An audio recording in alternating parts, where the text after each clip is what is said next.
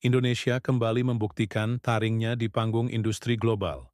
Kali ini, lewat peluncuran smelter emas terbesar di dunia milik PT Freeport Indonesia, PT FI, yang resmi beroperasi di Gresik, Jawa Timur. Proyek ambisius ini menjadi tonggak penting dalam strategi hilirisasi industri pertambangan nasional. Tak hanya menambah nilai ekonomi, smelter ini juga diharapkan memperkuat daya saing Indonesia di pasar global. Saat beroperasi penuh, fasilitas ini diperkirakan menyerap sekitar 2.000 tenaga kerja, terdiri dari 1.200 pekerja kontraktor dan 800 karyawan langsung PT FI. Bahkan, secara lebih luas, proyek ini berpotensi membuka lebih dari 8 juta lapangan kerja baru di sektor-sektor terkait. Smelter ini bukan hanya kebanggaan nasional, tapi juga memiliki dampak ekonomi global.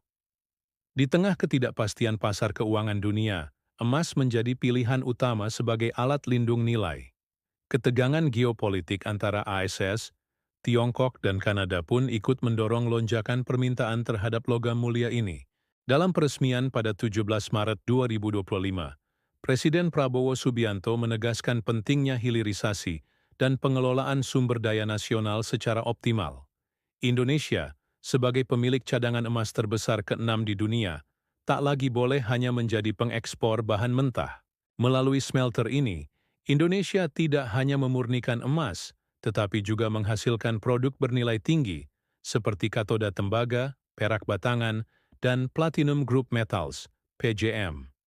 Total kapasitas produksinya mencapai 6.000 ton per tahun, dengan estimasi output emas sebesar 50 hingga 60 ton per tahun. Dengan menggandeng PT Aneka Tambang Antam, Indonesia menargetkan produksi 30 ton emas per tahun, khusus untuk pasar dalam negeri. Sisanya akan memperkuat posisi Indonesia sebagai pemain penting di pasar global emas.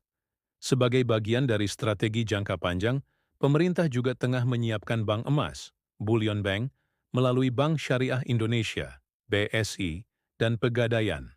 Tujuannya, mempermudah akses pembiayaan bagi masyarakat dan investor dalam negeri, sekaligus mengurangi ketergantungan terhadap impor emas.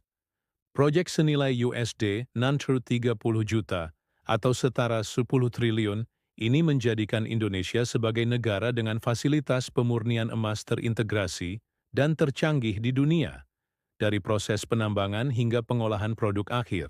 Dari sisi perdagangan, kontribusi sektor pertambangan terhadap ekspor non-migas Indonesia pun terus meningkat, menyentuh angka 18,22% pada Januari-Agustus 2024. Lebih dari sekadar pabrik, smelter PT FI di Gresik adalah simbol transformasi. Simbol bahwa Indonesia siap menjadi kekuatan industri yang mengelola kekayaan alamnya sendiri, menciptakan nilai tambah, dan menatap masa depan ekonomi yang lebih mandiri dan berkelanjutan.